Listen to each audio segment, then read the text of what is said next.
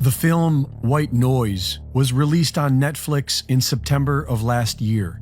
It's about a train crashing, exploding, and burning toxic chemicals off into the atmosphere, creating a major health hazard for miles around, reflecting what just happened a few weeks ago in Ohio. White Noise was even filmed in the same area, just a few miles from Ground Zero in East Palestine. Some people will call this a coincidence, but these days, believing in coincidence can cost you your life. And there is more. Just 3 months before the train wreck, the city of East Palestine began adopting the MyID digital bracelet system into their local emergency services.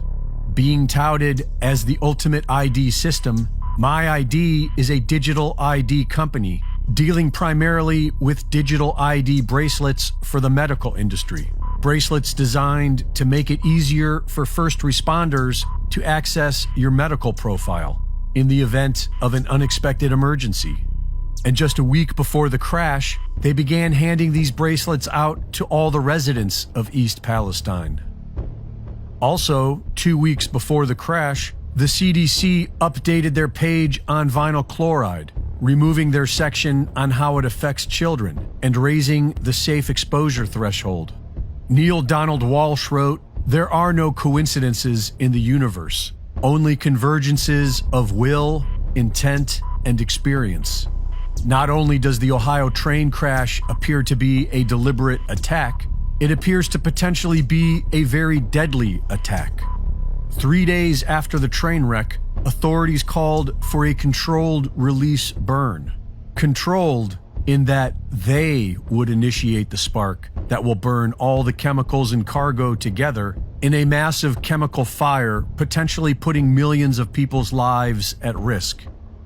The vinyl chloride spill at Camp Lejeune was small in comparison to what happened this month in Ohio, but it still poisoned over 1 million people, and it took decades for the effects to materialize.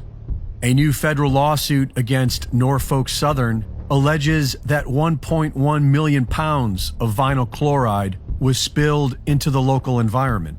The vinyl chloride metabolite chloroethylene oxide attacks human DNA and can take years to start showing up as cancers and other disease.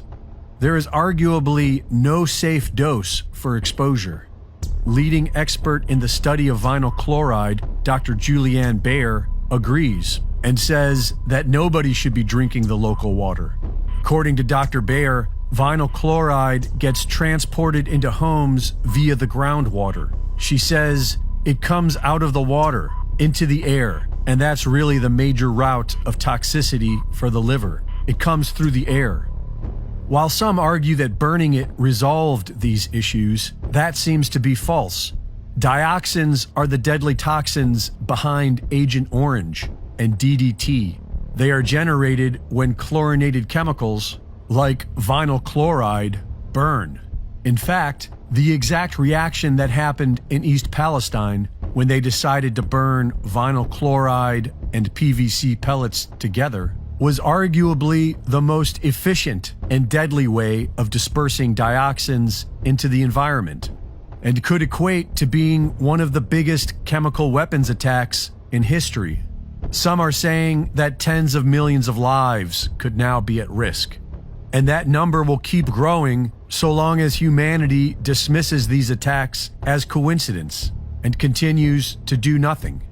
On February 9th, WHO Director Dr. Tedros revealed that there were, quote, several reports of mammals having been infected with H5N1 avian flu, commonly called the bird flu. Mammals such as minks, otters, foxes, and sea lions were said to have tested positive for the virus, reminding many of the discussions during early 2020 when COVID-19 was reported to originate at a market with a variety of live animals. The subtext here is that H5N1 is mutating and infecting more and more varieties of different animals aside from birds, and therefore the bird flu is growing more dangerous. However, according to the WHO's own statistics, there's only been one confirmed case of H5N1 for humans in the US, while Asia has had 240 lab-confirmed cases and 135 deaths, mainly in China, Vietnam, and Cambodia. But who knows if these confirmed case and death counts are even accurate? According to Tedros, quote, "At this moment, WHO assesses the risk to humans as low, because we have only seen rare and non-sustained transmission of H5N1 in between humans. But we cannot assume that will remain the case, and we must prepare for any change in the status quo." So is the bird flu the next pandemic, or just a false alarm? One thing we know for sure is that WHO is planning a future vaccine rollout for H5N1. Tedros also stated in his speech, quote, "WHO is continuing to engage with manufacturers, meaning Big Pharma, to make sure that if needed, supplies of vaccines and antivirals would be available for global use." The same day WHO made their announcement of impending outbreak, the Biden administration proclaimed that bird flu vaccines for poultry are in the works. USDA spokesperson Mike Stepien said, quote, "The decision to proceed with vaccination is complex and many factors must be considered before implementing a vaccination strategy," adding that the USDA is, quote, "soliciting input from many different industry stakeholders that would be impacted." So while the US is testing H5N1 shots on birds, the WHO is working with big pharma companies to ensure vaccines would be available for human use worldwide in case of a pandemic scenario. In China,